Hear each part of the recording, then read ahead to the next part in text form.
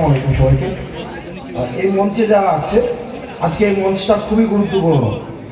যেমন বর্তমানের কাঠগড়ায় আমরা অতীতের হাসিনাকে যেভাবে আমরা দায়ী করছি, ঠিক ভবিষ্যতের কাঠগড়ায় এই বর্তমানটা দায়ী হবে যদি এই মঞ্চে যারা আছে তারা যদি ব্যর্থ হয়। আজকে সাজিদ, সাইদ, ওয়াসিম, মুগ্ধর রক্তের যে দায়বদ্ধতা, এই দায়বদ্ধতা হচ্ছে এই মঞ্চে যারা আছে এবং মঞ্চের সামনে যারা আছে আপনাদের উপরে। সুতরাং যত ষড়যন্ত্র আসুক, বিদেশে বসে যত ষড়যন্ত্র হোক, দেশের যত ষড়যন্ত্র হোক, কোন ষড়যন্ত্রকেই সফল হতে দেওয়া যাবে না। কারণ আমরা যদি এবার ব্যর্থ হই, বাংলাদেশ আর কখনোই ঘুরে দাঁড়াতে পারবে না। প্রিয় সহযোদ্ধা, জুলাই থেকে আজকে পর্যন্ত আমরা আমাদের সংগ্রাম আমরা অব্যাহত রেখেছি। আমরা অস্বীকার করছি না। কিছুক্ষণ আগে একজন বললেন যে গত 4 মাসে কেন আমরা বুঝতে পারিনি। আমরা অস্বীকার করছি না যে আমাদের মধ্যে প্রিন্সিপালসগত মত পার্থক্য নেই। বিভিন্ন ইতিহাসের ছাত্র সংগঠনগুলোর মধ্যে প্রিন্সিপালসগত মত পার্থক্য থাকবে। এটি হচ্ছে গণতন্ত্রের সৌন্দর্য। সবাইকে একমত হতে বাধ্য করা, এটি হচ্ছে শেখ হাসিনা কালচার। সবাইকে একমত যেভাবে হবে না, প্রিন্সিপালসগত অনেক বিষয় হচ্ছে মত পার্থক্য থাকবে। কিন্তু বাংলাদেশের অখণ্ডতা, সার্বভৌমত্ব, বিদেশি আগ্রাসন, এসবের প্রশ্নে আমরা হচ্ছে ইস্পাত সম আমাদের ঐক্য বজায় থাকবে।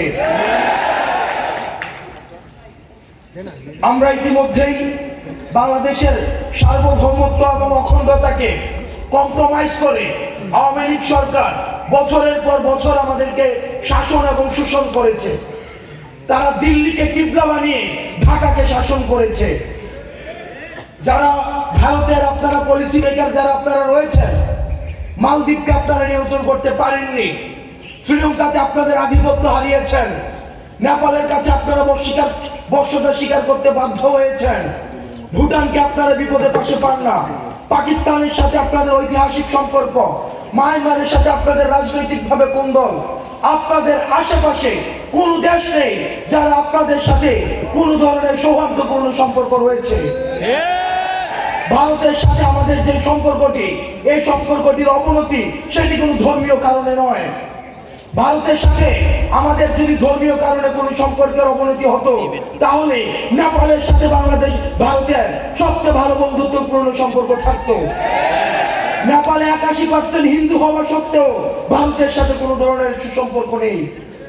সুতরাং বাংলাদেশের প্রতি ভারত বছরের পর বছর, যুগের পর যুগ যে ধরনের নির্যাতন এবং শোষণ চালিয়ে এসছে, এই শোষণের বিরুদ্ধে আওয়ামী লীগ সবসময় কম্প্রোমাইজের মধ্য দিয়ে ক্ষমতায় থেকেছে।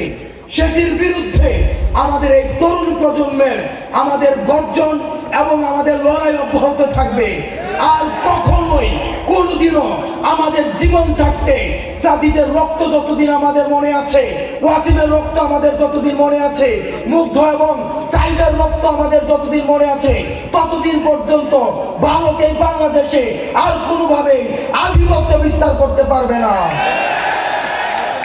ভারতের সাথে চোখে চোখ রেখে আমাদের কথা হবে, সম্পর্ক হবে ন্যায্যতার ভিত্তিতে। প্রিয় সহযোদ্ধা, 5 আগস্ট ছিল আমাদের প্রাথমিক বিজয়, কিন্তু আমাদের যে সামনের যে রাস্তা, সেই সামনের রাস্তা আরো বেশি কণ্টকাকীর্ণ। আমাদের এই কণ্টকাকীর্ণ রাস্তাকে অতিক্রম করার জন্য আমাদেরকে ঐক্যবদ্ধ থাকতে হবে। আমাদেরকে দেশি বিদেশি ষড়যন্ত্র অব্যাহত রয়েছে। আমাদের নিজেদের মধ্যে ক্ষমতা কাঠামো নিয়ে দ্বন্দ্ব রয়েছে। ভবিষ্যতে কে ক্ষমতায় যাবে সেগুলো নিয়ে আমাদের নিজেদের মধ্যে অনেক প্রিন্সিপালসগত মত পার্থক্য রয়েছে। আমরা সবাইকে অনুরোধ জানাবো, আমাদের মত পার্থক্য আমাদের এটি যেন পরমত সহিষ্ণুতার মধ্যেই থাকে। এই পরমত সহিষ্ণুতা কখনোই যেন আওয়ামী লীগের মতো আগ্রাসী মনোভাবে পরিণত না হয়। আমাদের পরমত সহিষ্ণুতা থাকবে, মত পার্থক্য থাকবে, দ্বিমত প্রকাশ থাকবে, তবে সেটা হবে রাজনৈতিক, সেটা হচ্ছে সৌন্দর্যের কালচারের মধ্য দিয়ে। সেটা যেন আর কখনোই আওয়ামী লীগের মতো দমন পীড়ন, গুম খুন হত্যার রাজনীতির মধ্য দিয়ে আর কখনোই কনভার্ট না হয়। এবং সেটির যে দায়ভার, এই দায়ভার এই মঞ্চে যারা রয়েছে তাদের এবং আমাদের সামনে যারা রয়েছে আপনাদের। আমাদের ঐক্যর ডাক, আমাদের যে আহ্বান, আমাদের যে লড়াই, আমাদের যে সংগ্রাম, এই সংগ্রাম অব্যাহত থাকবে। আপনারা ভালো থাকবেন, সুস্থ থাকবেন।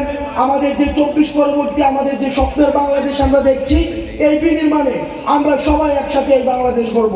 আসসালামু আলাইকুম রহমতুল্লাহ।